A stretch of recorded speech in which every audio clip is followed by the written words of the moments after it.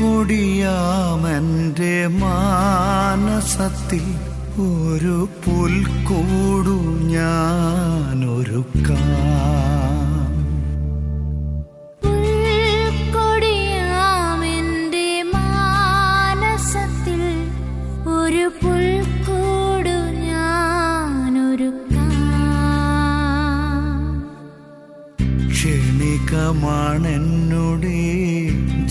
ജീവിതമെങ്കിലും നാഥൻ പിറക്കുമ്പോൾ പൂർണ്ണമാകും. നാഥൻ പിറക്കുമ്പോൾ പൂർണ്ണമാകും.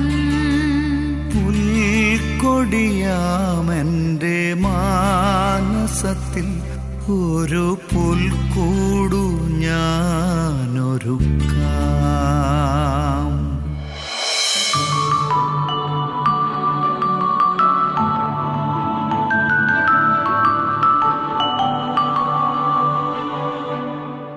ഈശോ മിശിഹായ്ക്ക് സ്തുതിയായിരിക്കട്ടെ. തിരുപ്പിറവിക്ക് ഒരുക്കമായുള്ള നമ്മുടെ ഈ ശുശ്രൂഷ 23-ാം നാൾ എത്തിയിരിക്കുകയാണ്. ദൈവം നമ്മോട് കൂടെ. സ്വർഗത്തിൽ നിന്ന് നമ്മുടെ കർത്താവ് തമ്പുരാൻ നമ്മുടെ വീണ്ടെടുപ്പിനായി താഴേക്കിറങ്ങി വന്നതിൻ്റെ ഓർമ്മ നമ്മൾ ആഘോഷിക്കാൻ ഒരുങ്ങുകയാണ്. ഈ ദിവസങ്ങളിലൊക്കെ വചനം കേട്ടും ദിവ്യകാരുണ്യ സന്നിധിയിലിരുന്ന് പ്രാർത്ഥിച്ചുമൊക്കെ തിരുപ്പിറവയ്ക്ക് ഒരുങ്ങാൻ പറ്റിയത് എന്തു വലിയ കാര്യമാണ്. അത്തരം അവസരങ്ങളൊക്കെ നമുക്ക് കിട്ടുന്നുണ്ടല്ലോ. ആ അവസരങ്ങൾ നമ്മൾ ഉപയോഗിക്കുന്നുണ്ടല്ലോ. അതിന് ദൈവത്തിന് നന്ദി പറയാം. കർത്താവേ, ഈ കാലത്തും ഒരുപാട് തിരക്കുകൾ, ഒരുപാട് പരിമിതികൾ ഒക്കെയുള്ള ഈ കാലത്തും ഇത്തരം ശുശ്രൂഷകളിൽ നീ ഞങ്ങളെയും പങ്കു ചേർക്കുന്നല്ലോ എന്നോർത്ത് നന്ദി പറയാം. ശരിക്കും അത് വലിയ ദൈവാനുഗ്രഹമാണ്. ഇതിൻ്റെയൊക്കെ ചുറ്റുമൊക്കെ നിൽക്കാൻ പറ്റുന്നതൊക്കെ വലിയ കൃപയാണ്, കരുണയാണ്. അതിന് നന്ദി പറയണം. ഒപ്പം നമ്മുടെ ഭാഗത്ത് നിന്ന് ഒരുക്കങ്ങൾ ഉണ്ടാകണം കേട്ടോ. എനിക്ക് ഈ അടുത്ത കാലത്തൊക്കെ ആയിട്ട് കുറച്ച് സങ്കടം വരുന്നത്, നമ്മൾ കേവലം കേൾവിക്കാരായിട്ട് അങ്ങ് തീർന്നു പോവുകയാണോ എന്ന് സംശയം തോന്നാറുണ്ട്. അത് ഈ പല സ്ഥലത്തൊക്കെ ടോക്ക് എടുക്കാനും ധ്യാനിപ്പിക്കാനൊക്കെ പോകുമ്പോൾ ആൾക്കാരുടെ കലഹിക്കുന്നൊരു കാര്യം, 10,000-2000 പേര് വന്ന് ഇരിപ്പുണ്ടായിരിക്കും. ഞാൻ ചുമ്മാ ചോദിക്കും, എത്ര പേരുടെ കയ്യിൽ ബൈബിളുണ്ട്? പേരിന് മരുന്നിന് 2-3 പേരുടെ കയ്യിൽ കാണും. 2000 പേര് ഒരുങ്ങിക്കെട്ടി വന്നിരിക്കുക വചനം കേൾക്കാൻ വേണ്ടിയിട്ട്. പക്ഷേ ബൈബിള് 2-3 പേരുടെ കയ്യിൽ കാണും. അതെന്താ നമുക്ക് അങ്ങനെ? അതാ ശരിക്കും ഒരു സംശയം. നമ്മൾ കേവല കേൾവിക്കാരായിട്ടങ്ങ് ചുരുങ്ങുക. നമുക്കിതെന്തോ ഒരു അഡിക്ഷൻ പോലെ ആയിരിക്കാൻ തോന്നിപ്പോൾ. ഇടയ്ക്കിടയ്ക്ക് കുറച്ച് വചനം കേൾക്കണം എന്നുള്ളത്. നന്നാകുന്നത് പോട്ടെ, മാനസാന്തരപ്പെടുന്നത് പോട്ടെ, അത് പിന്നെ പതുക്കെ മതി. കർത്താവ് തമ്പുരാൻ ഇടപെടും, പരിശുദ്ധാത്മ പ്രവർത്തിക്കും എന്നൊക്കെ വിചാരിക്കാം. പക്ഷേ ഈ കേൾക്കുന്നതിന് ആനുപാതികമായ അറിവെങ്കിലും നമ്മളിൽ ഉണ്ടാകണ്ടേ? കഴിഞ്ഞ ആഴ്ച കേട്ടത് ഇപ്പം നമ്മുടെ കാണത്തില്ലല്ലോ. അതുകൊണ്ട് ഞാൻ ആവശ്യപ്പെടുന്നത് കുറച്ചുകൂടി ഒരു താല്പര്യം നമുക്കുണ്ടാകണം. നിങ്ങളോടൊരു കാര്യം ഞാൻ ലൈഫ് ടൈം ഹോംവർക്ക് തരട്ടെ. എവിടെയെങ്കിലുമൊക്കെ വചനം കേൾക്കാനാണ് നിങ്ങൾ പോകുന്നതെങ്കിൽ, അതായത് ഒരു പരിശുദ്ധ കുർബാന അർപ്പണത്തിന് പോകുമ്പോൾ എടുത്തില്ലെങ്കിലും കുഴപ്പമില്ല, ഒരു ചെറിയൊരു ആരാധനയ്ക്ക് പോകുമ്പോൾ എടുത്തില്ലെങ്കിലും കുഴപ്പമില്ല, എവിടെയെങ്കിലും ഒരു വചന പ്രഘോഷണത്തിനാണ് നിങ്ങൾ ഒരുങ്ങി ഇറങ്ങുന്നതെങ്കിൽ നിങ്ങളുടെ കയ്യിൽ ബൈബിൾ ഉണ്ടാകണം. അത് നമ്മുടെ താല്പര്യത്തിൻ്റെ അടയാളമാണ്. നമ്മളിങ്ങനെ ലാഘവത്തോടെ രാവിലെ ഒരു സെറ്റ് ഓഫ് വചനം കേൾക്കുന്നു, ഉച്ചയാകുമ്പോൾ അടുത്തത്, പിന്നെ ഇഷ്ടംപോലെ ആൾക്കാർ വചനം പറയാനുണ്ട് താനും. അതിങ്ങനെ കേട്ടൊരു റുട്ടീനായിട്ട് അങ്ങ് മാറിയിരിക്കുക. അതിനപ്പുറത്ത് ഇത് ഈ തൊലിപ്പുറം കടന്ന് അകത്തോട്ട് കയറുന്നുണ്ടോ എന്നുള്ളത് സംശയമാണ്. ഈ തൊലിപ്പുറത്തെ രോമാഞ്ചമായിട്ട് നമ്മുടെ വചനശ്രവണം പോലും മാറിപ്പോകുന്നുണ്ടോ എന്നും സംശയമാണ്. കുറച്ചുകൂടെ ഗൗരവം. പിന്നെ ഞാൻ പറഞ്ഞില്ല, ഇങ്ങനെ ഈ വലിയ ആൾക്കാരൊക്കെ വന്നിരുന്ന് ധ്യാനം കൂടാൻ വരുമ്പോൾ ഞാൻ അടുത്ത ചോദ്യം ചോദിക്കും, ആരുടെ കയ്യിലെങ്കിലും ഒരു തുണ്ട് കടലാസോ ഒരു പേനയുണ്ടോ? ഉണ്ടാകത്തില്ല. ആരുടെ കയ്യിലും കാണത്തില്ല.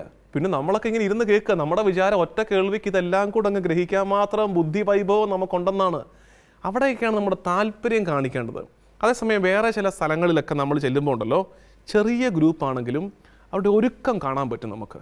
കയ്യിലൊരു ബൈബിള്, ഒരു ചെറിയ പോക്കറ്റ് ഡയറി പോലൊരു ബുക്ക്, ഒരു പേന, അതൊക്കെ എടുത്ത് ഇങ്ങനെ പറയുന്നതൊക്കെ കുറിച്ചെടുക്കുന്നത് കാണുമ്പോൾ നമുക്ക് കൗതുകം തോന്നും. ദൈവം ഇങ്ങനെയൊക്കെ ഉണ്ടോ? അപ്പോൾ നിങ്ങളോട് എനിക്ക് പറയാനുള്ളത് അത്തരം ഒരു താല്പര്യം. അപ്പോൾ നിങ്ങൾ ചോദിക്കായിരിക്കും, എന്താ ഈ പറഞ്ഞു വരുന്നത്? എന്തോ പണി വരുന്നുണ്ടല്ലോ, ഇതിൻ്റെ പിന്നാലെ എന്തോ പണി വരുന്നുണ്ടല്ലോ. ഒരു പണി വരുന്നുണ്ട്. ആ പണി ഇതാണ്. ഇന്ന് 23-ാം തീയതി അല്ലേ? 23, 24, 25 ക്രിസ്മസ് ആണ്.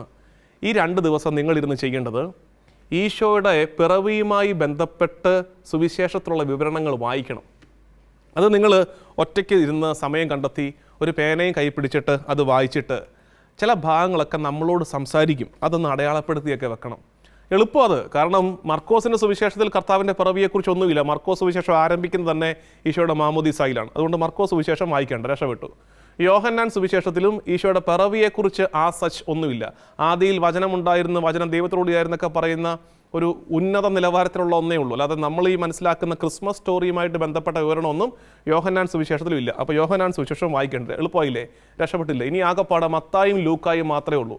മത്തായും ലൂക്കായും വായിക്കുമ്പോൾ ശ്രദ്ധയോടെ വായിക്കണം. മത്തായി സുവിശേഷം യൗസേ പിതാവിൻ്റെ കണ്ണിലൂടെയാണ് ഈശോയുടെ പിറവിയെ അവതരിപ്പിക്കുന്നത്. ലൂക്കാ സുവിശേഷം മറിയത്തിൻ്റെ കണ്ണിലൂടെ ഈശോയുടെ പിറവിയെ അവതരിപ്പിക്കുകയാണ്. അപ്പോൾ ആ കാഴ്ചപ്പാടിൽ വേണം. മത്തായി സുവിശേഷം എഴുതപ്പെട്ടത് യഹൂദർക്ക് വേണ്ടി എഴുതപ്പെട്ട സുവിശേഷമാണ്. നമ്മൾ സുവിശേഷം വായിക്കുന്നതിന് മുമ്പ് പാടുന്ന പാട്ടില്ലേ കുർബാനയിൽ, യൂദയ സഭയിൽ മത്തായി, ലൂക്ക ഈജിപ്തിലെ സഭയിൽ. എന്താ അർത്ഥം എന്നറിയാമോ?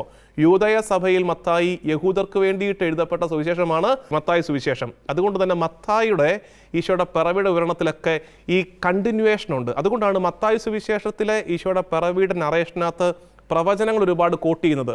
എന്താ കാര്യം? ഇത് വായിക്കുന്ന യഹൂദന് മനസ്സിലാകണം എന്ത്, പഴയ നിയമത്തിൽ പ്രവചിച്ചു വെച്ചിരിക്കുന്ന കഥ ഇവിടെ ഫുൾഫിൽ ചെയ്യപ്പെടുന്നു, പൂർത്തീകരിക്കപ്പെടുന്നു. അതാണ് മത്തായിയുടെ ഇൻറ്റൻഷൻ. യഹൂദർക്ക് വേണ്ടി എഴുതപ്പെട്ട സുവിശേഷമാണ് മത്തായിയുടെ സുവിശേഷം. ലൂക്കാ സുവിശേഷം വിജാതിയർക്ക് വേണ്ടി എഴുതപ്പെട്ട സുവിശേഷമാണ്. ഈജിപ്തിലെ സഭയിൽ, ലൂക്ക ഈജിപ്തിലെ സഭയിൽ വിജാതിയർക്ക്, യൂണിവേഴ്സൽ ഗോസ്പൽ എന്നാണ് ലൂക്ക അറിയപ്പെടുന്നത്. സാർവത്രിക സുവിശേഷം, പാവങ്ങളോട് പക്ഷം പിടിക്കുന്ന സുവിശേഷം, സ്ത്രീകളോട് പക്ഷം പിടിക്കുന്ന സുവിശേഷം, അതൊക്കെയാണ് ലൂക്കാ സുവിശേഷം. അപ്പോൾ ലൂക്കാ സുവിശേഷത്തിലെ ഈശോയുടെ ഇൻഫൻസി നറേഷൻ വായിക്കുമ്പോൾ തന്നെ നമുക്ക് അത്തരം കാഴ്ചപ്പാടുകളൊക്കെ കിട്ടും. കാരണം ആട്ടിടയന്മാരൊക്കെ വരുന്നത് എവിടെയാണ്? ഈ ലൂക്കാ സുവിശേഷത്തിലാണ്. കാരണം ആ സാധുക്കൾക്കൊക്കെ റോള് കൊടുക്കുക ലൂക്കാ സുവിശേഷത്തിൽ. അപ്പോൾ ഈ വിചാരങ്ങളോടെ സമയമെടുത്ത് മത്തായിയുടെ സുവിശേഷത്തിലെയും ലൂക്കാ സുവിശേഷത്തിലെയും ഈശോയുടെ പിറവിയുടെ വിവരണങ്ങൾ വായിക്കണം. അതൊരു ഇന്നത്തെ ഹോംവർക്ക് അതാണ്, ഈശോയുടെ പിറവിയുടെ വിവരണങ്ങൾ സമയമെടുത്ത്. എനിക്കറിയാം 23-ാം തീയതിയായി, നാളെയാണ് ബീഫ് വാങ്ങിച്ച് വേവിച്ച് വെക്കുന്ന ദിവസം, നാളെയാണ് കോഴി മേടിക്കാൻ പോകുന്നത്. ഇതാണല്ലോ ക്രിസ്മസിൻ്റെ മെയിൻ ഒരുക്കം. അടുക്കള സംബന്ധമായ ഒരുക്കങ്ങളാണ് നമ്മുടെ ക്രിസ്മസിൻ്റെ മെയിൻ ഒരുക്കങ്ങളായിട്ട് മാറുന്നത്. അതൊക്കെ ചെയ്തു. എന്നാലും ഒരു അരമണിക്കൂർ ഇതിനു വേണ്ടി ഒന്ന് മാറ്റി വെച്ചിട്ട് ഇതൊന്ന് വായിച്ച് വരച്ചിടണമെന്ന് സ്നേഹത്തോടെ ഓർമ്മിപ്പിക്കട്ടെ. ഇനി ഈ 23-ാം തീയതിയിലെ നമ്മുടെ ധ്യാനത്തിലേക്ക് വരാം. നമ്മൾ ആദ്യത്തെ ദിവസം പറഞ്ഞായിരുന്നു, ആദ്യത്തെ ദിവസം എന്ന് വെച്ചാൽ മിനിഞ്ഞാന്ന് പറഞ്ഞായിരുന്നു, ഇൻഫൻസി ട്രയാങ്കിൾ. നമ്മൾ നസ്രത്തിൽ ആരംഭിച്ചു, നസ്രത്തിൽ നിന്ന് അങ്ങോട്ട് പോയി ബേത്ലഹേമിലേക്ക് പോയി, ബേത്ലഹേമിൽ നിന്ന് ഇനി നമ്മൾ പോകുന്നത് ഈജിപ്തിലേക്ക്. ചോദ്യം, ഉത്തരം പറയണേ. വീട്ടകത്തിരുന്ന് കൂടുന്നവർ, 2 പേർ ഒരുമിച്ചിരുന്ന് കൂടുന്നവർ ഉത്തരം പറയുക. എന്തുകൊണ്ടാണ് തിരുക്കുടുംബം ഈജിപ്തിലേക്ക് പോയത്? എന്തുകൊണ്ടാണ് തിരുക്കുടുംബം ഈജിപ്തിലേക്ക് പോയത്? പലായനം ചെയ്തതിൻ്റെ കാരണം എന്താണ്? ഉത്തരം പറയാം. നിങ്ങളിൽ പലരും പറഞ്ഞ ഉത്തരം, പറയാൻ സാധ്യതയുള്ള ഉത്തരം, ഹേറോദോസ് 2 വയസ്സിന് താഴെയുള്ള കുഞ്ഞുങ്ങളെ കൊല്ലാൻ കൽപ്പനയിട്ടു. ദൈവദൂതൻ വന്ന് യൗസേപ്പിനോട് പറഞ്ഞു, കൊച്ചിനെയും കൊണ്ട് അമ്മയും കൊണ്ട് ഓടിക്കോ എന്ന് പറഞ്ഞു, അല്ലേ? അതാണ് ഇതിൻ്റെ കാരണം. അതുമായിട്ട് ബന്ധപ്പെട്ട ഒരു ചോദ്യത്തിൻ്റെ ഉത്തരം പറയാനുണ്ട്. ഈ കുഞ്ഞിപ്പൈതങ്ങളുടെ തിരുനാൾ നമ്മൾ 28-ാം തീയതി ആഘോഷിക്കും. നിങ്ങളത് അറിവുണ്ടോ നിങ്ങൾക്ക്? അല്ലെങ്കിൽ അറിഞ്ഞോ? 28-ാം തീയതി ക്രിസ്മസ് കഴിഞ്ഞ് 3-ാം നാൾ 28-ാം തീയതി നമ്മുടെ സഭയിൽ കുഞ്ഞിപ്പൈതങ്ങളുടെ തിരുനാൾ ആഘോഷിക്കും. എന്താ ഈ കുഞ്ഞിപ്പൈതങ്ങളുടെ തിരുനാൾ? ആദ്യത്തെ രക്തസാക്ഷികളാണ് അതുങ്ങൾ. ആദ്യത്തെ രക്തസാക്ഷികളാണ്. കർത്താവിന് പകരക്കാരായി ചോര ഒഴുക്കപ്പെട്ട ഈ കുഞ്ഞുങ്ങളുടെ തിരുനാൾ നമ്മൾ 28-ാം തീയതി ആഘോഷിക്കുന്നുണ്ട്. അപ്പോൾ പലരും സംശയം, സ്നേഹത്തോടെ അറിയാനുള്ള ആഗ്രഹത്തോടെ സംശയം ചോദിക്കാറുണ്ട്. അച്ഛാ, എന്തൊരു ദ്രോഹമായിപ്പോയി. ആ പാവം പിടിച്ച കുഞ്ഞുങ്ങൾ അതുങ്ങൾ എന്ത് തെറ്റ് ചെയ്തു? അതുങ്ങളെ കൊന്നിട്ട് വേണമായിരുന്നോ? അതുങ്ങളുടെ ചോര ഒഴുക്കിയിട്ട് വേണമായിരുന്നോ ദൈവത്തിന് സ്വന്തം പുത്രനെ രക്ഷിക്കാൻ വേണ്ടിയിട്ട്? അതെന്തൊരു മര്യാദകേടായിപ്പോയി. ഉത്തരം എന്താ? ശരിക്കും നമ്മൾ ശരിയാണല്ലോ എന്ന് തോന്നിപ്പോവും. എന്നാ ചെയ്യും? എന്നെ ഉത്തരം പറയും. അതിന് കൺവിൻസിംഗ് ആയിട്ട് എന്ത് ഉത്തരം പറയും? അങ്ങനെ അന്വേഷിച്ചപ്പോഴാണ് എനിക്ക് വളരെ വളരെ ആശ്വാസം കിട്ടിയ ഉത്തരം കിട്ടി. എന്താ ഉത്തരം എന്നറിയാവോ? അത് ഞാൻ ഈ പിതാക്കന്മാരുടെ എഴുത്തുകളിലും ഒക്കെയുള്ള ഒരു സൂചനയാണത്. എന്താ സൂചന? യൗസേപ്പിന് ദൈവദൂതൻ സ്വപ്നത്തിൽ പ്രത്യക്ഷപ്പെട്ട് പറഞ്ഞില്ലേ, കൊച്ച അപകടത്തിലാണ്, കൊച്ചിനെ കൊണ്ട് ഓടിക്കൊള്ളാൻ പറഞ്ഞില്ലേ? ഈ അറിയിപ്പ് അവിടെയുള്ള എല്ലാ വീടുകളിലേക്കും സ്വർഗം എത്തിച്ചിരുന്നുവെന്ന്. ഈ അറിയിപ്പ് അവിടെയുള്ള എല്ലാ വീടുകളിലേക്കും സ്വർഗം എത്തിച്ചിരുന്നു. എങ്ങനെ? കൊച്ചിൻ്റെ ജീവിതം അപകടത്തിലാണ്, ഓടിക്കോ. പിന്നെ എന്താ വ്യത്യാസം പറ്റിയത്? യൗസേപ്പ് മാത്രമേ സ്വർഗത്തിൻ്റെ അറിയിപ്പിനെ ഗൗരവത്തോടെ എടുത്തുള്ളൂ. യൗസേപ്പ് സ്വർഗത്തിൻ്റെ അറിയിപ്പിനെ ഗൗരവത്തോടെ എടുത്ത് പൈതലിനെയും അമ്മയെയും ചേർത്ത് പിടിച്ച് ഈജിപ്തിലേക്ക് പലായനം ചെയ്തപ്പോൾ അവർ സുരക്ഷിതരായി. അതേസമയം സ്വർഗം നൽകുന്ന നിർദ്ദേശത്തെ ലാഘവത്തോടെ ഒരപ്പനെടുത്തപ്പോൾ, സ്വർഗം നൽകുന്ന അപായ സൂചനയെ ലാഘവത്തോടെ ഒരമ്മ എടുത്തപ്പോൾ എന്തു പറ്റി? കുഞ്ഞിൻ്റെ ജീവൻ പൊലിഞ്ഞുപോയി. മറ്റു ഭവനങ്ങളിൽ കുഞ്ഞിൻ്റെ ജീവൻ പൊലിഞ്ഞുപോയി. ഇതാണ് നമുക്കുള്ള ഒന്നാമത്തെ ചിന്ത. പ്രിയമുള്ള മാതാപിതാക്കളെ, ഈ ഭൂമിയിൽ നിങ്ങൾ നിങ്ങളുടെ കുഞ്ഞുങ്ങളെ വളർത്തുമ്പോൾ നിങ്ങളുടെ കുഞ്ഞുങ്ങളെ പ്രതി സ്വർഗം നിങ്ങൾക്ക് നൽകുന്ന ചില സൂചനകളുണ്ട്. അത് പിറന്നു വീഴുന്ന കാലം തൊട്ടേ നൽകുന്നുണ്ട് കേട്ടോ, അത് ഓർത്തേക്കണം. നിങ്ങൾക്കൊരു വിചാരമുണ്ട് നിങ്ങളുടെ കുട്ടികളാണെന്ന്. ഒട്ടുമല്ല. മക്കളില്ലാത്ത ദമ്പതികളോട് ചോദിച്ചു നോക്കണം കുഞ്ഞുങ്ങൾ ആരുടേതാണെന്ന്. അവർ പറയും കുഞ്ഞുങ്ങൾ ദൈവദാനമാണെന്ന്.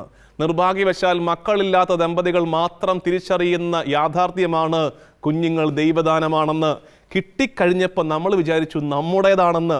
തന്നിഷ്ടത്തിന് വളർത്തിക്കൊണ്ടിരിക്കുക നമ്മൾ കുഞ്ഞുങ്ങളെ. അതുകൊണ്ട് എപ്പോഴും ഓർക്കുക, ദൈവ തിരുവിഷ്ടത്തിന്, ദൈവ മനസ്സിന് യോജ്യമാം വിധം കുഞ്ഞുങ്ങളെ വളർത്തണേ.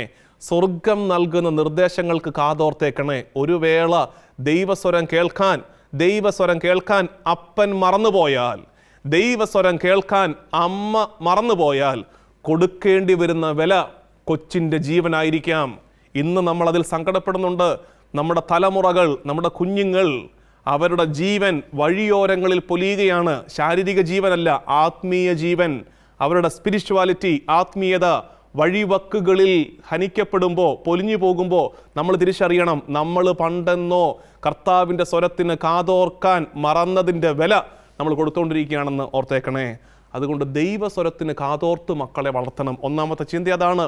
ദൈവസ്വരത്തിന് കാതോർത്ത് വേണം മക്കളെ വളർത്താൻ. അങ്ങനെ യൗസേപ്പ് കാതോർത്തപ്പോൾ കൊച്ചു സേഫായി, ഇങ്ങോട്ടെത്തി. ഇനി അടുത്ത ചിന്ത, എന്തുകൊണ്ട് ഈജിപ്തിലേക്ക് പോയി? നിങ്ങൾ പറഞ്ഞ ഉത്തരം ശരിയാണ്. ഹെറോദോസ്, നിങ്ങൾ ചിന്തിച്ച ഉത്തരം, പറഞ്ഞല്ല ചിന്തിച്ച ഉത്തരം, ഹെറോദോസ് കൽപ്പനയിട്ടത് കൊണ്ട് കൊച്ചിനെ സേഫ് ആക്കാൻ വേണ്ടി പോയതാണ്. പക്ഷെ അതിനപ്പുറത്ത് ഒരു തിയോളജിക്കൽ ആൻസർ നമുക്ക് കണ്ടെത്താൻ പറ്റും. അതിനപ്പുറത്തുള്ളൊരു ഉത്തരം കണ്ടെത്താൻ പറ്റും. ആ ഉത്തരം പറയണമെങ്കിൽ പഴയ നിയമത്തിലേക്ക് ഒന്ന് ശ്രദ്ധ പോയാൽ മതി. ഈജിപ്തിലേക്ക് ഈശോ പോയി, എന്തായിരിക്കും അതിൻ്റെ അർത്ഥം? ചിന്തിച്ചിട്ട് ക്ലൂ ആണത്. ആർക്കെങ്കിലും ഉത്തരം കിട്ടുന്നുണ്ടെങ്കിൽ, ഇങ്ങനെയൊക്കെ ഉത്തരം പറയിപ്പിക്കുന്നത് ഇത് കഴിഞ്ഞിട്ട് ഞാൻ ശരി ഉത്തരം പറയുമ്പം എനിക്കത് കിട്ടിയല്ലോ എന്നോർത്ത് ദൈവത്തിന് നന്ദി പറയേണ്ട അവസരം ആയിക്കോട്ടെ എന്ന് വിചാരിച്ചിട്ടാ. അതുകൊണ്ടൊന്ന് ബ്രെയിൻ സ്റ്റോമിങ് നടത്തിക്കോ, പറഞ്ഞു നോക്കിക്കോ. ഉത്തരം ഈജിപ്ത് എന്ന് കേൾക്കുമ്പോൾ തന്നെ യഹൂദൻ്റെ മനസ്സിൽ, ഇസ്രായേൽക്കാരൻ്റെ മനസ്സിൽ ഉണ്ടാകേണ്ട ചിന്ത എന്താണെന്നറിയാമോ? ഉണ്ടാകുന്ന ചിന്ത സങ്കടം. ഈജിപ്ത് സമം സങ്കടം. എന്താ കാര്യം? ഞങ്ങളുടെ പൂർവികർ അടിമത്തത്തിലൂടെ കടന്നുപോയ മണ്ണാണ് ഈജിപ്ത്. ഞങ്ങളുടെ പൂർവികർ നരകയാതന അനുഭവിച്ച മണ്ണാണ് ഈജിപ്ത്. അങ്ങനെ വരുമ്പോൾ യഹൂദൻ്റെ ഓർമ്മയിലെ മുറിവാണ് ഈജിപ്ത്. യഹൂദൻ്റെ പൂർവകാലത്തിൻ്റെ സങ്കടമാണ് ഈജിപ്ത്. അപ്പോൾ ഉണ്ണിമിശിഹ അവൻ്റെ കുഞ്ഞിളം കാലുകൾ ഈജിപ്തിൻ്റെ മണ്ണിൽ ചവിട്ടി എന്ന് വെച്ചാൽ എന്താ അതിൻ്റെ അർത്ഥം? ഈശോ ഇസ്രായേലിൻ്റെ ഓർമ്മകളെ സുഖപ്പെടുത്തുകയാണ്. ലോകത്തിൻ്റെ മുഴുവൻ രക്ഷകനായി വന്നവൻ അവൻ ആദ്യം ചെയ്യുന്നത് ഇസ്രായേലിൻ്റെ ഓർമ്മകളെ, മെമ്മറീസിനെ ഹീൽ ചെയ്യാണ്, ഓർമ്മകളെ സുഖപ്പെടുത്തുകയാണ്. മുൻകാലത്തേക്ക് അവൻ സൗഖ്യത്തെ കൊണ്ടുപോവുകയാണ്. ഓർമ്മകളെ സുഖപ്പെടുത്തിയിട്ട് വേണം യാത്ര തുടങ്ങാനെന്ന് കർത്താവിനറിയാം. ഈജിപ്തിൻ്റെ ഓർമ്മകളെ കർത്താവ് അവൻ്റെ പാദസ്പർശത്താൽ സുഖപ്പെടുത്തുന്നുണ്ട്. അത് നമ്മുടെ വിശ്വാസത്തിൻ്റെ ഭാഗമാണ്. നിങ്ങൾ ഓർക്കരുത് എന്തൊരാശയം കൊണ്ടാണ് ഈ അച്ഛൻ വന്നിരിക്കുന്നത്. അങ്ങനെയല്ല. ഈശോ പൂർവ്വകാലത്തേക്ക്, പഴയ കാലത്തേക്ക് രക്ഷ കൊണ്ടുപോകുന്നുണ്ട് എന്നത് നമ്മുടെ വിശ്വാസത്തിൻ്റെ ഭാഗമാണ് പ്രിയമുള്ളവരെ. അതുകൊണ്ടാണ് ഞാൻ പറയട്ടെ, നിങ്ങൾ ചില പള്ളികളിലൊക്കെ ഇപ്പോൾ അതധികം കാണാനില്ല, പണ്ടൊക്കെ നിങ്ങളുടെ ചെറുപ്പകാലത്ത് കണ്ടിട്ടുണ്ടാകും. ചില പള്ളികളിൽ ഈ ക്രൂശിത രൂപത്തിൻ്റെ താഴെ ഒരു തലയോട്ടി ഉണ്ടാകും. ക്രൂശിത രൂപത്തിൻ്റെ താഴെ ഒരു തലയോട്ടി. അപ്പോൾ ഈ കുരിശിൻ്റെ താഴെയാണ് ആ തലയോട്ടി വെച്ചിരിക്കുന്നത്. അപ്പോൾ നമ്മൾ പള്ളിയിൽ കയറി പ്രാർത്ഥിക്കാൻ നേരം ദൈവമേ തലയോട്ടിയോ, അയ്യോ അറിയാണ്ട് കയറിപ്പോയതാണെന്ന് വിചാരിച്ച് നമുക്ക് പേടി തട്ടും. ഇതെന്തിനാ തലയോട്ടി കൊണ്ട് ഇവിടെ കൊണ്ടുവച്ചിരിക്കുന്നത്? എന്താ അതിൻ്റെ അർത്ഥം എന്നറിയാവോ? ആ തലയോട്ടി ആരുടെ തലയോട്ടി എന്നറിയാവോ? അതിനെക്കുറിച്ചൊരു വ്യാഖ്യാനമുണ്ട്. ആ തലയോട്ടി അത് ആദത്തിൻ്റെ തലയോട്ടിയാണ്. പ്രതീകാത്മകമായി ആദത്തിൻ്റെ തലയോടാണത്. എന്താ അതിൻ്റെ അർത്ഥം? കർത്താവ് തമ്പുരാൻ്റെ ചുടുചോര ആദത്തിൻ്റെ തലയിലേക്ക് വീണിട്ട് ആദത്തിന് പോലും കർത്താവ് രക്ഷ സമ്മാനിക്കുകയാണ്. പൂർവ്വകാലത്തിൻ്റെ മുറിവുകളിലേക്ക്, പാപത്തിലേക്ക് കർത്താവ് അവൻ്റെ രക്ഷയെ ഒഴുക്കിയിറക്കുകയാണ്. അതാണ് കത്തോലിക്കാ സഭ വിശ്വാസ പ്രമാണത്തിൽ ചൊല്ലി പ്രാർത്ഥിക്കുന്നില്ലേ, അവൻ പാതാളങ്ങളിലേക്ക് ഇറങ്ങി. അവൻ പാതാളങ്ങളിലേക്ക് ഇറങ്ങിയെന്ന് വെച്ചാൽ എന്താർത്ഥം? കർത്താവിൻ്റെ രക്ഷയെ പൂർവ്വകാലത്തേക്ക് എത്തിച്ചു. അത് തന്നെയാണ് ഈജിപ്തിൽ സംഭവിച്ചിരിക്കുന്നത്. ഈജിപ്തിലേക്ക് പലായനം ചെയ്തു എന്ന് പറയുമ്പോൾ ഇസ്രായേലിൻ്റെ ഓർമ്മകളെ കർത്താവ് സുഖപ്പെടുത്തുകയാണ്. അപ്പോൾ ഇത്തവണത്തെ ക്രിസ്മസ് ആഘോഷിക്കുമ്പോൾ നമുക്കുള്ള ധ്യാനം എന്താണെന്നറിയാമോ? പൂർവ്വകാലത്തിൻ്റെ ഓർമ്മകളെ സുഖപ്പെടുത്തണം. കാര്യം നല്ല ഭക്തരൊക്കെയാണ്, ഇപ്പോൾ പ്രാർത്ഥിക്കുന്നൊക്കെ ഉണ്ട്, കയ്യിലും കഴുത്തിലും ഒക്കെ കൊന്തയുണ്ട്, മുട്ടുകുത്തി നിൽക്കുന്നുണ്ട്, മുട്ടുകുത്തിയതിൻ്റെ തഴമ്പുണ്ട്, കൈ വിരിച്ച് പിടിച്ചത് കൊണ്ട് കൈക്കും രോഗം വന്നിട്ടുണ്ട്, എല്ലാം ഉണ്ട്. പക്ഷെ ഒരു ചോദ്യമുണ്ട്, ഇതുവരെ ഉണ്ടായ മുറിവുകളെ സുഖപ്പെടുത്തിയോ? ചെറുപ്പകാലം തൊട്ട് ഈ പ്രായം വരെ ഉണ്ടായ സങ്കടങ്ങളിലേക്ക് കർത്താവിൻ്റെ കരുണ എത്തിച്ചോ നമ്മൾ? അതോ ഇപ്പോഴും ഉണ്ടോ ഓർക്കുമ്പോൾ വിങ്ങൽ അനുഭവപ്പെടുന്ന പൂർവ്വകാലത്തിൻ്റെ സങ്കടങ്ങൾ നമ്മുടെ ചങ്കിൻ്റെ കോണിലെവിടെയോ നമ്മൾ ഒളിപ്പിച്ചിട്ടുണ്ടോ? ഉണ്ടെങ്കിൽ ഇത്തവണത്തെ ക്രിസ്മസിൽ കർത്താവിനോട് പ്രാർത്ഥിക്കേണ്ടത്, എൻ്റെ കർത്താവേ, എൻ്റെ ഉള്ളിലുമുണ്ടൊരു ഈജിപ്ത്, പൂർവ്വകാലത്തിൻ്റെ സങ്കടത്തിൻ്റെ ഈജിപ്ത്. ഒരുപക്ഷെ എൻ്റെ അപ്പനായിരിക്കും, എൻ്റെ അമ്മയായിരിക്കും എന്നെ സങ്കടപ്പെടുത്തിയത്, ഇതുവരെ ക്ഷമിക്കാൻ പറ്റിയിട്ടില്ല. കൂടപ്പറപ്പായിരിക്കും, കൂടെ നിന്ന് കുതുകാല് വെട്ടിയത്, പൊറുക്കാൻ പറ്റിയിട്ടില്ല. ചേർത്ത് പിടിച്ചൊരു സുഹൃത്തായിരിക്കും, പുറകിൽ നിന്ന് കുത്തിയത്, ക്ഷമിക്കാൻ പറ്റിയിട്ടില്ല. അവരൊക്കെ എൻ്റെ ഈജിപ്തിലുണ്ട്, അവരൊക്കെ എൻ്റെ ഈജിപ്താണ്. അത്തരം എല്ലാ ഈജിപ്തിൻ്റെ അനുഭവങ്ങളിലേക്കും ഉണ്ണിമിശിഹായേ, നിന്റെ കുഞ്ഞിളം കാലുകൊണ്ട് ഒന്ന് നടന്നു കയറണമേ, എൻ്റെ ഈജിപ്തിൻ്റെ ഓർമ്മകളെ നീ ഒന്ന് സുഖപ്പെടുത്തണമേ എന്ന് നമുക്ക് ഇത്തവണത്തെ ക്രിസ്മസിൽ പ്രാർത്ഥിക്കണം. പൂർവ്വകാലത്തിൻ്റെ ഓർമ്മകളിലേക്ക് കർത്താവിൻ്റെ സൗഖ്യമെത്തട്ടെ. മൂന്നാമതൊരു വ്യാഖ്യാനം, ഈജിപ്ത് ഇസ്രായേൽ പോകാൻ ഇഷ്ടപ്പെടാത്ത സ്ഥലമാണ്. ഒരു വിധത്തിൽ അവിടുന്ന് ഇറങ്ങിപ്പോന്നത്. ഇനി ഈജിപ്തിലേക്ക് പോകാൻ പറ്റുമോ? അപ്പോൾ ദേ യൗസേപ്പിനോട് ആവശ്യപ്പെടുകയാണ്, എന്താണെന്നറിയാമോ? ഈജിപ്തിലേക്ക് പലായനം ചെയ്യുക. അപ്പോൾ നമ്മളായിരുന്നെങ്കിൽ പറഞ്ഞേനെ, കർത്താവെ, ഈജിപ്ത് ഒഴിച്ച് വേറെ എങ്ങോട്ട് വേണമെങ്കിലും പോകാം, ഈജിപ്ത് എനിക്കിഷ്ടമില്ലാത്ത സ്ഥലമാണ്. ചില അനിഷ്ടങ്ങളിലേക്ക് കർത്താവ് നമ്മളെ നയിക്കും, അത് ദൈവത്തിൻ്റെ പദ്ധതിയാണ്. ചില അനിഷ്ടങ്ങളിലേക്ക്. ഈജിപ്ത് ഇസ്രായേലിൻ്റെ ഇഷ്ടക്കേടിൻ്റെ സ്ഥലമാണ്. ഇഷ്ടമില്ല അവിടെ പോയിട്ട് രക്ഷപ്പെടണ്ടെന്നേ. ചിലപ്പോൾ അങ്ങനെയല്ലേ നമ്മൾ പറയുന്നത്, അവന്മാരോട് കൂട്ടുകൂടിയിട്ട് രക്ഷപ്പെടണ്ട എനിക്ക്. ചിലപ്പോൾ അങ്ങനെയാണ് കർത്താവ് ആവശ്യപ്പെടുവെന്നേ. നമുക്ക് ഇഷ്ടമില്ലാത്തവരോടൊന്ന് ചേർന്നിരിക്കാൻ ആവശ്യപ്പെടും, നമ്മൾ ഇഷ്ടമില്ലാത്ത ഇടങ്ങളിലേക്ക് ഒന്ന് നടക്കാൻ ആവശ്യപ്പെടും. അതാണ് ഈജിപ്തിലേക്ക് പോകാൻ പറഞ്ഞത്. അത്തരം അനിഷ്ടങ്ങളെയൊക്കെ കർത്താവ് ബ്രേക്ക് ചെയ്യുകയാണ്. ഇവിടെ ഇഷ്ടാനിഷ്ടങ്ങളില്ല, ഇവിടെ ദൈവത്തിൻ്റെ പദ്ധതി നിറവേറപ്പെടുന്ന ഒരു പുതിയ കഥയുടെ ആരംഭമാണ്. അവിടെ നമ്മുടെ പ്രൈവറ്റ് ഇഷ്ടങ്ങൾക്ക് വിലയില്ല. കർത്താവ് തീരുമാനിക്കും. അപ്പോൾ ഈജിപ്തിലേക്ക് നടന്നു കയറിയതിൻ്റെ കാരണം അതാണെന്ന് മനസ്സിലാക്കണം. പ്രിയമുള്ളവരെ, ഇന്ന് ഈ 23-ാം നാൾ നമ്മൾ ചിന്തിച്ച മൂന്ന് ചിന്തകൾ മുൻ ദിവസങ്ങളിലെ പോലെ കൃത്യം എണ്ണി പറഞ്ഞില്ലെങ്കിലും നിങ്ങൾക്ക് ആ 3 ചിന്തകളും കിട്ടിയിട്ടുണ്ടെന്ന് എനിക്ക് ഉറപ്പാണ്. ഒന്നുകൂടെ പറയാം, അത് മനസ്സിലാക്കിയിട്ട് അത് ഇനിയുള്ള ആരാധനയിൽ പ്രാർത്ഥനയായി തിരുമുമ്പാകെ സമർപ്പിക്കണേ. ഒന്നാമത്തെ കാര്യം, ദൈവത്തിൻ്റെ സ്വരത്തിന് അപ്പനോ അമ്മയോ കാതോർക്കാൻ മറന്നാൽ അതിൻ്റെ വിലയായി കുഞ്ഞിൻ്റെ ജീവൻ കൊടുക്കേണ്ടി വരും, കുഞ്ഞിൻ്റെ ചോര ഒഴുകേണ്ടി വരും. അതുകൊണ്ട് ദൈവസ്വരം കേട്ട് മാത്രമേ മക്കളെ വളർത്താവൂ എന്ന് ഓർമ്മിപ്പിക്കട്ടെ. എത്ര പേരോട് കൺസൾട്ട് ചെയ്യാറുണ്ട് കൊച്ചിൻ്റെ ഭാവിയെക്കുറിച്ച്? ദൈവത്തോട് കൺസൾട്ട് ചെയ്യാറുണ്ടോ? കർത്താവിനോട് ആലോചന ചോദിക്കാറുണ്ടോ? പ്രാർത്ഥന അങ്ങോട്ടുള്ള പറച്ചിലല്ലാതെ ദൈവസ്വരം കേൾക്കാൻ സമയം ചെലവഴിച്ചിട്ടുണ്ടോ? ദൈവസ്വരം കേട്ടേ കുഞ്ഞുങ്ങളെ വളർത്താവൂ. 2, ഈജിപ്തിലേക്ക് തിരുക്കുടുംബം പോയത് സങ്കടത്തിൻ്റെ ഒരു ഓർമ്മയിലേക്ക് സൗഖ്യമെത്തിച്ചതാണ്. നമ്മൾ പ്രാർത്ഥിക്കേണ്ടത്, കർത്താവേ, പൂർവ്വകാലത്തിൻ്റെ ഓർമ്മകളിലേക്ക് നിൻ്റെ സൗഖ്യം, നിൻ്റെ ആശ്വാസത്തിൻ്റെ അനുഭവം നീ എത്തിക്കണമേ. 3, ഈജിപ്ത് ഇസ്രായേലിൻ്റെ അനിഷ്ടത്തിൻ്റെ സ്ഥലമാണ്. ഇസ്രായേലിൻ്റെ പിണക്കത്തിൻ്റെ ഇടമാണ് ഈജിപ്ത്. ചില പിണക്കങ്ങൾ മാറേണ്ട സമയമായി. കാരണം അതിലൂടെയും കർത്താവ് ഒരു രക്ഷാകര പദ്ധതി നടപ്പിലാക്കിയെടുക്കുന്നുണ്ട്. ഇവിടെ നമ്മുടെ ഇഷ്ടങ്ങൾക്കല്ല വില. അവനാണ് അധികാരി, അവനാണ് അധിപൻ. അവൻ പറയുന്ന വഴിയെ നടക്കുന്നിടത്താണ് ക്രിസ്മസ് റിപ്പീറ്റ് ചെയ്യപ്പെടുന്നതെന്ന് ഓർക്കണമേ. നമുക്കൊരുക്കത്തോടെ ആരാധനയിലേക്ക് പ്രവേശിക്കാം. ഇത് ഹോംവർക്ക് ഓർക്കാം. ഹോംവർക്ക് എന്തായിരുന്നു? നേറ്റിവിറ്റി നറേഷൻ, ഈശോയുടെ പിറവിയുമായി ബന്ധപ്പെട്ട ആ വിവരണം, പ്രത്യേകിച്ച് മത്തായിയുടെ സുവിശേഷത്തിലെയും ലൂക്കായുടെ സുവിശേഷത്തിൽ വിവരണങ്ങൾ സമയമെടുത്ത് വായിച്ച് ധ്യാനിച്ച് പ്രാർത്ഥിച്ച് വരച്ചും കുറിച്ചും ഇടണമെന്ന് ഓർമ്മിപ്പിച്ചുകൊണ്ട് ആരാധനയിലേക്ക് പ്രവേശിക്കാം. ദൈവനാമത്തിന് മഹത്വമുണ്ടാകട്ടെ. ആമീൻ.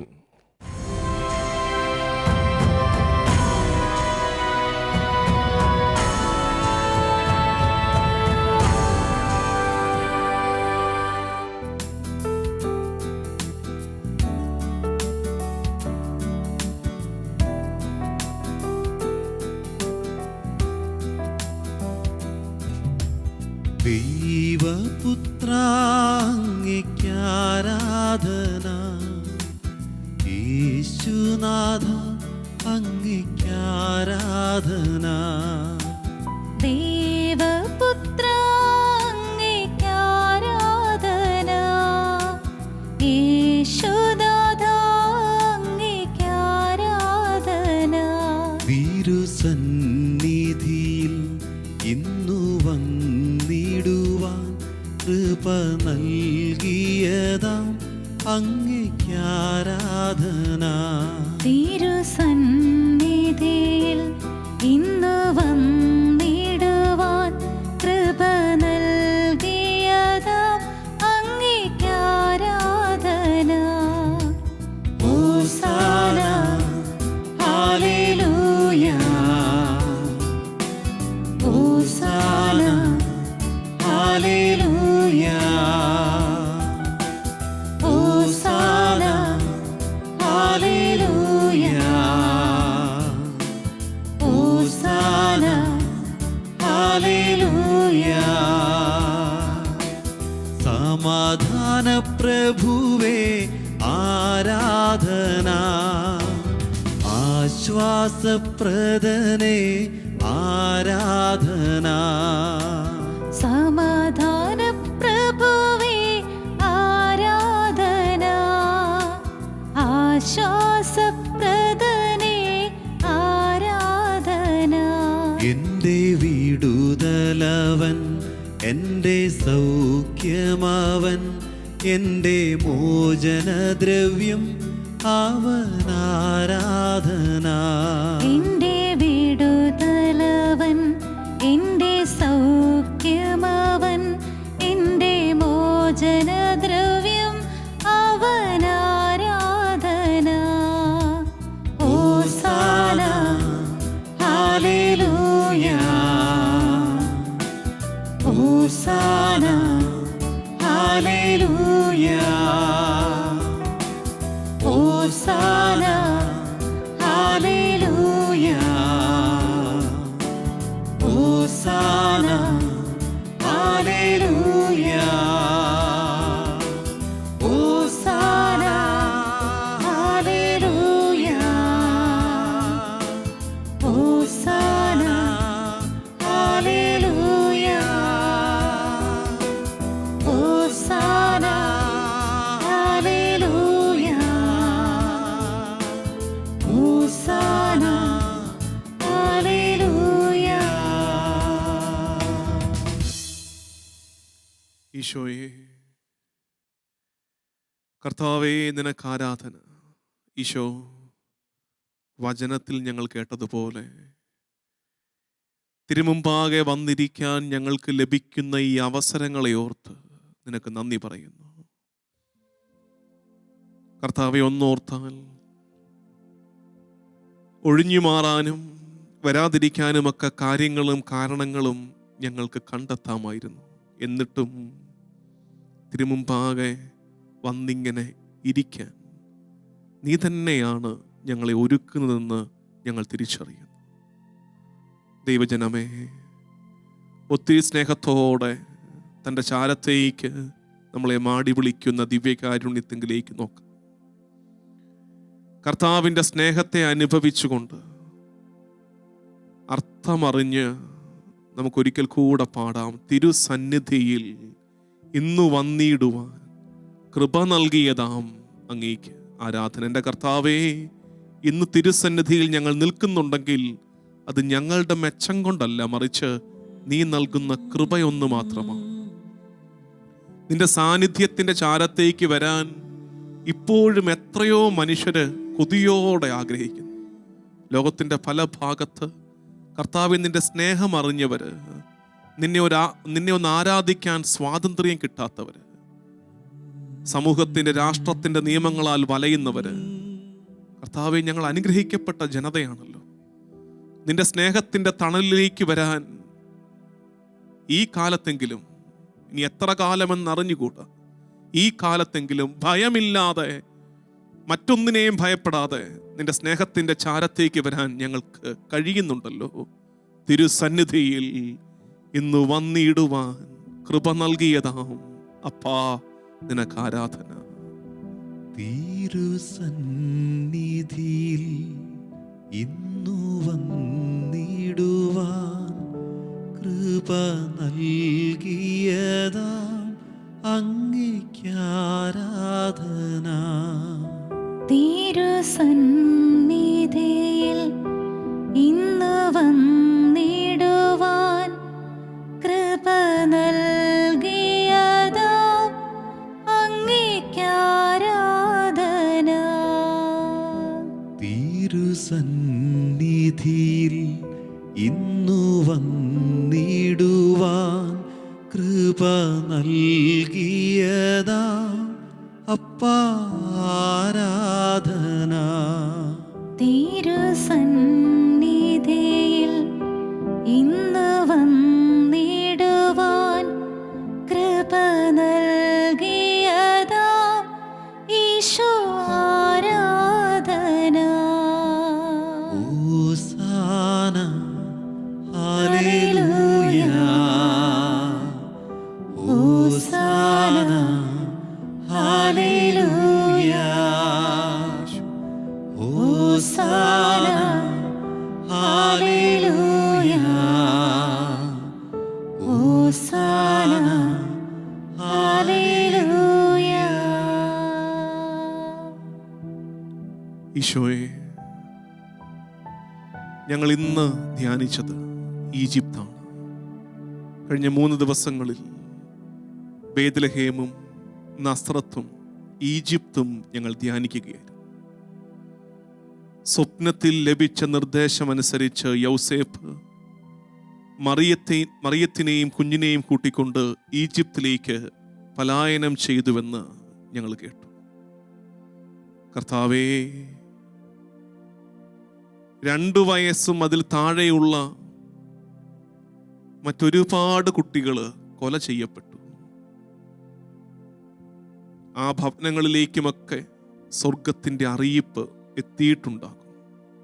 പക്ഷേ സ്വർഗത്തിൻ്റെ അപായ അറിയിപ്പിനെ, മുന്നറിയിപ്പിനെ കാര്യമായിട്ടെടുക്കാത്ത ഒരപ്പനോ അമ്മയോ മക്കളുടെ ജീവനെ കുരുതി കൊടുത്തതാകാം. ഈശോ, ഞങ്ങൾ കേൾക്കുകയായിരുന്നു ഇന്ന് വചനത്തിൽ സ്വർഗത്തിൻ്റെ നിർദ്ദേശങ്ങൾക്ക് കാതോർത്ത് വേണം മക്കളെ വളർത്താനെന്ന്. കുടുംബം പണിയപ്പെടേണ്ടത് ദൈവത്തിരഹിതം പോലെ ആയിരിക്കണമെന്ന് ഈശോയെ ഞങ്ങൾ കേട്ടു. കർത്താവേ, എളിമയോടും അനുതാപത്തോടും കൂടെ ഞങ്ങൾ ഏറ്റുപറയട്ടെ. എപ്പോഴൊക്കെ ഞങ്ങളുടെ കുടുംബത്തെ ഞങ്ങളുടെ ഇഷ്ടത്തിന് പണിതുയർത്താൻ ഞങ്ങൾ നോക്കിയിട്ടുണ്ടോ, അതൊക്കെ സങ്കടമായിട്ട് അവസാനിച്ചിട്ടുണ്ട്. അബ്രാഹത്തിനും സാറയ്ക്കും ദൈവം നൽകിയ വാഗ്ദാനം വെളിപ്പെടുന്ന കാലം വരെ ക്ഷമയോടെ ഒന്ന് കാത്തിരിക്കാൻ കഴിയാതെ പോയത് കൊണ്ട് സ്വന്തം ബുദ്ധിയിൽ അവരൊരു പരിഹാരം തീർത്തു. ആ പരിഹാരത്തിൻ്റെ പേരല്ലയോ ഇസ്മായിൽ. സ്വന്തം ബുദ്ധിയിൽ തീർത്ത പരിഹാരം അവർക്ക് തന്നെ തലവേദനയായി മാറുന്നത് പിന്നീട് കർത്താവെ ഞങ്ങൾ കണ്ടതാണ്. ഇതുപോലെ ഇതിന് സമാനമായ കാര്യങ്ങൾ ഞങ്ങളുടെ ജീവിതത്തിലുമുണ്ട്. ദൈവത്തിൻ്റെ തിരുമനസ് വെളിപ്പെടുന്നത് വരെ, കർത്താവിൻ്റെ പദ്ധതി വെളിപ്പെടുന്നത് വരെ ക്ഷമയോടെ ഒന്ന് കാത്തിരിക്കാൻ മനസ്സില്ലാതെ ഞങ്ങൾ തീർത്ത പരിഹാരങ്ങൾ ഞങ്ങൾക്ക് തലവേദനയായിട്ടുണ്ട്. ഈശോയെ, ഞങ്ങളുടെ കുഞ്ഞുങ്ങളെ സ്വർഗത്തിൻ്റെ സ്വരത്തിന് കാതോർത്ത് ഞങ്ങൾ വളർത്തട്ടെ. ഞങ്ങളുടെ കുടുംബം ദൈവമേ നിന്നോട് അനുവാദം ചോദിച്ച് ഞങ്ങൾ പണിതുയർത്തട്ടെ. തിരുഹിതം പോലെ ഒരു കുടുംബം പണിയപ്പെടട്ടെ. അതിന് വിപരീതമായി സംഭവിച്ചു പോയ എല്ലാ നേരങ്ങളെയും ഓർത്ത് അനുദപിച്ച് ഞങ്ങളുടെ കുടുംബത്തെ, ജീവിത പങ്കാളിയെ, മക്കളെ, ഞങ്ങളുടെ കുടുംബത്തിൻ്റെ പ്രാർത്ഥനകളെ, നിയോഗങ്ങളെ, ഞങ്ങളുടെ കുടുംബം കടന്നു പോകുന്ന സങ്കടങ്ങളെ ഒക്കെ തിരുമുമ്പാകെ സമർപ്പിച്ച് ഞങ്ങൾ എളിമയോടെ പ്രാർത്ഥിക്കുന്നു. ഇനി മുതൽ നിന്റെ അനുവാദത്തോടെ നീ തെളിക്കുന്ന പാതയിൽ നിന്റെ ഇഷ്ടം പോലെ ഞങ്ങളുടെ കുടുംബം നടക്കുന്നത് കർത്താവേ, അത്തരമൊരു ജീവിതത്തിലേക്ക്, അത്തരമൊരു ദൈവത്തിരഹിത നിറവേറ്റലിലേക്ക് ഞങ്ങളുടെ കുടുംബം പ്രവേശിക്കുവാൻ ആഗ്രഹിച്ച് ദൈവജനമേ, കുടുംബത്തെ സമർപ്പിച്ച്, ദൈവം നൽകിയ ഏറ്റവും വലിയ ദാനങ്ങളിലൊന്നല്ലേ നമ്മുടെ കുടുംബം. ആ കുടുംബത്തെ സമർപ്പിച്ച് ഉടയവന്റെ മുമ്പിൽ, തന്നവന്റെ മുമ്പിൽ നമുക്ക് ആരാധനയോടെ പ്രാർത്ഥിക്കാം. ദൈവത്തോടനുവാദം ചോദിക്കണം, ദൈവത്തിൻ ഹിതം തിരിച്ചറിയണം, ദൈവത്തിൽ ദൃഢമായ വിശ്വാസത്താലേ അടിത്തറ നന്നായി പണിയണം. ദൈവത്തോടനുവാദം ചോദിക്കണം, ദൈവത്തിൻ ഹിതം തിരിച്ചറിയണം, ദൈവത്തിൽ ദൃഢമായ വിശ്വാസത്താലേ അടിത്തറ നന്നായി പണിയണം. സ്നേഹം കൊണ്ടൊരു വീടു പണിയാ, ദൈവസ്നേഹം കൊണ്ടൊരു വീടു പണിയാ, ദൈവം സ്ഥാപിച്ച തിരുക്കുടുംബം പോൽ സ്നേഹം കൊണ്ടൊരു വീടു പണിയാം. ഈശോയെ, ഈജിപ്തിലേക്ക് തിരുക്കുടുംബം പലായനം ചെയ്തത് അത് കേവലം ഹെറോദോസിനെ ഭയന്ന് മാത്രമല്ലെന്ന്, അതിൻ്റെ പിന്നിൽ ഒരു ദൈവീക പദ്ധതി ഉണ്ടായിരുന്നുവെന്ന് ഞങ്ങൾ തിരിച്ചറിയുന്നു. അഗസ്റ്റസ് സീസറിന്റെ കൽപ്പനയാലെ ഈശോയുടെ പിറവി ബേത്ലഹേമിൽ സംഭവിച്ചതുപോലെ ഹെറോദോസിന്റെ കൽപ്പനയാലെ തിരുക്കുടുംബം ഈജിപ്തിലേക്ക് പലായനം ചെയ്യുകയായിരുന്നു. ഈജിപ്ത് ഇസ്രായേലിൻ്റെ സങ്കടത്തിൻ്റെ ഓർമ്മയാണ്. പൂർവികരുടെ രക്തം വീണ മണ്ണാണ്. അടിമത്തത്തിൻ്റെ നൊമ്പരം പേറുന്ന ഇടമാണ് ഈജിപ്ത്. പൂർവികരുടെ ചോര വീണ മണ്ണിൽ, ഓർമ്മകളിൽ രക്തം കിനിയുന്ന മണ്ണിൽ, ഉണ്ണിമിശിഹായെ നിന്റെ കുഞ്ഞിളം പാദം നീ ചവിട്ടിയപ്പോൾ ഇസ്രായേലിൻ്റെ ഓർമ്മകളെ നീ സുഖപ്പെടുത്തുകയായിരുന്നുവെന്ന് ഞങ്ങൾ തിരിച്ചറിയുന്നു. കർത്താവേ, ഇത്തവണത്തെ ക്രിസ്മസിന് ഞങ്ങൾ ഒരുങ്ങുമ്പോൾ ഞങ്ങളുടെ പ്രാർത്ഥന, ഞങ്ങളുടെ ഹൃദയത്തിൻ്റെ ഉള്ളറകളിലേക്ക് നീ ഒന്ന് നടന്നു കയറണമേ. ഞങ്ങളുടെ ഹൃദയത്തിൻ്റെ ഉള്ളിലുമുണ്ട് ഒരു ഈജിപ്ത്, മറ്റാരെയും കാണിക്കാതെ പാത്ത് ഒതുക്കി വെച്ചിരിക്കുന്ന ഒരു ഈജിപ്ത് ഞങ്ങളുടെ ഉള്ളിലുമുണ്ട് കർത്താവേ. സങ്കടത്തിൻ്റെ ഒരിടമുണ്ട്. പൂർവകാലത്തേറ്റ മുറിവുകൾ ഇപ്പോഴും ഉണങ്ങാതെ ചോര കിനിയുന്ന ഒരിടമുണ്ട് എൻ്റെ ഹൃദയത്തിൻ്റെ ഉള്ളിലും. ഈശോയെ, നീ എൻ്റെ ഹൃദയത്തിലെ ഈജിപ്തിലേക്ക്, എൻ്റെ സങ്കടത്തിൻ്റെ ഓർമ്മകളിലേക്ക്, എന്നെ വേദനിപ്പിച്ചവരുടെ മുഖങ്ങളെ മാഞ്ഞും മറഞ്ഞും പോകാതെ ഒളിപ്പിച്ചു വെച്ചിരിക്കുന്ന ഇടത്തിലേക്ക് നീ ഒന്ന് വരണമേ. എന്നെ ദ്രോഹിച്ചവർ, കൂടെ നിന്ന് എന്നെ ചതിച്ചു കളഞ്ഞവർ, എൻ്റെ വളർച്ചയിൽ അസൂയ പൂണ്ട് എൻ്റെ കുതുകാല് വെട്ടിയവർ, അത്തരം ഒത്തിരി അനുഭവങ്ങൾ എൻ്റെ ഉള്ളിലുണ്ട് ഈശോ. ക്ഷമിക്കാൻ പറ്റാത്തതിൻ്റെ നീറ്റല് എൻ്റെ ഈജിപ്തിലുണ്ട്. ക്ഷമിക്കാൻ പറ്റാത്തതിൻ്റെ നീറ്റല്, പിടച്ചില് എൻ്റെ ഉള്ളിലുണ്ട് കർത്താവേ. ഞാൻ ഇന്ന് ഈ ആരാധനയിൽ ഞങ്ങൾ ഒരുമിച്ച് പ്രാർത്ഥിക്കുന്നത് ക്ഷമിക്കാൻ പറ്റാത്ത, രമ്യപ്പെടാൻ പറ്റാത്ത എല്ലാ ഓർമ്മകളിലേക്ക്, എല്ലാ ഈജിപ്ത് അനുഭവങ്ങളിലേക്ക് ഈശോയെ നീ ഒന്ന് വരണമേ, നിന്റെ കൃപയൊന്നിറക്കണമേ. ഈശോയെ, എനിക്ക് നീ മാത്രമാണ് സഹായം, നീ മാത്രമാണ് എൻ്റെ സഹായം. മറ്റാർക്കാണ് കർത്താവേ എൻ്റെ ഓർമ്മകളെ സുഖപ്പെടുത്താൻ പറ്റുക? ശരീരത്തെ സുഖപ്പെടുത്താൻ വൈദ്യന് കഴിയും.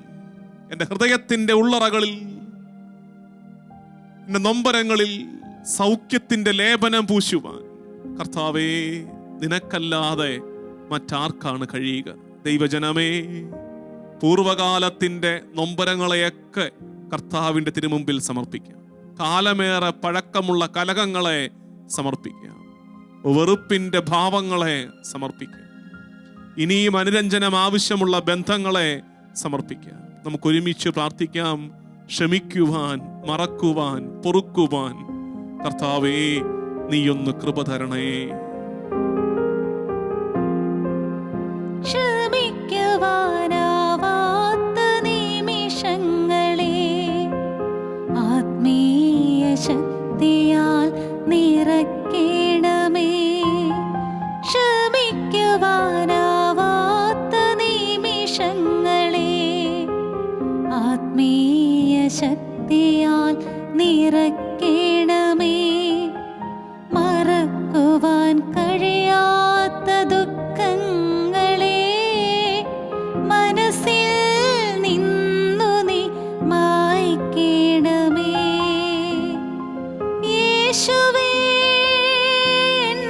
യേശുവേ,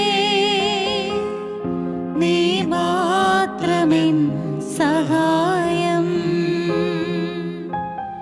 യേശുവേ, യേശുവേ, നീ മാത്രമെൻ സഹായം. യേശുവേ, യേശുവേ, നീ മാത്രമെൻ സഹായം. യേശുവേ, യേശുവേ, നീ മാത്രമെൻ സഹായം. നീ മാത്രമെൻ സഹായം. യേശുവേ, യേശുവേ, നീ മാത്രമെൻ നീ മാത്രമെൻ സഹായം. യേശുവേ ആരാധന, യേശുവേ ആരാധന, ഈശോയെ ആരാധന, യേശുവേ ആരാധന, യേശുവേ ആരാധന, യേശുവേ ആരാധന. Hallelujah, hallelujah.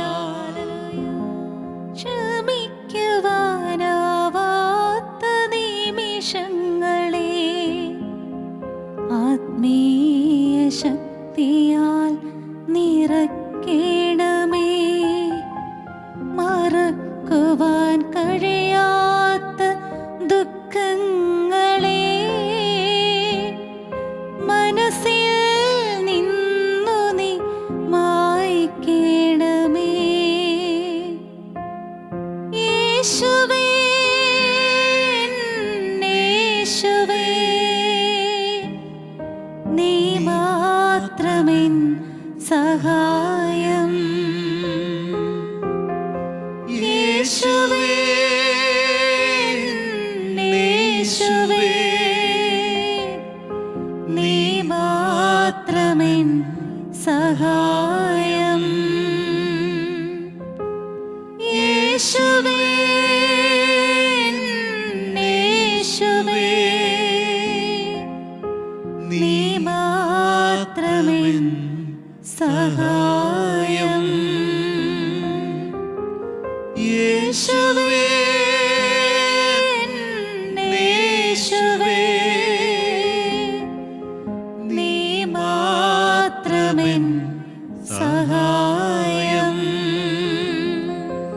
നീ മാത്രമെൻ സഹായം. നീ മാത്രമെൻ സഹായം.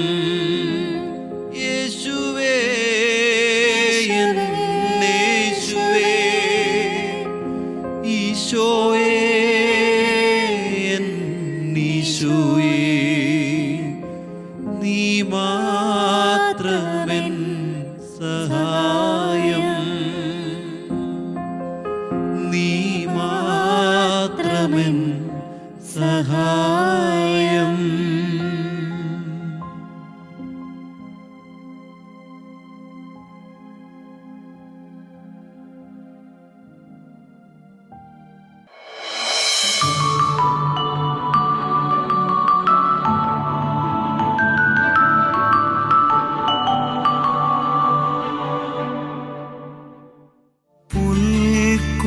പുൽക്കൊടിയാമെൻ്റെ മാനസത്തിൽ ഒരു പുൽക്കൂടു ഞാനൊരുക്കാം. പുൽക്കൊടിയാമെന്റെ മാനസത്തിൽ ഒരു പുൽക്കൂടു ഞാനൊരുക്കാം. ക്ഷണികമാണെന്നുടെ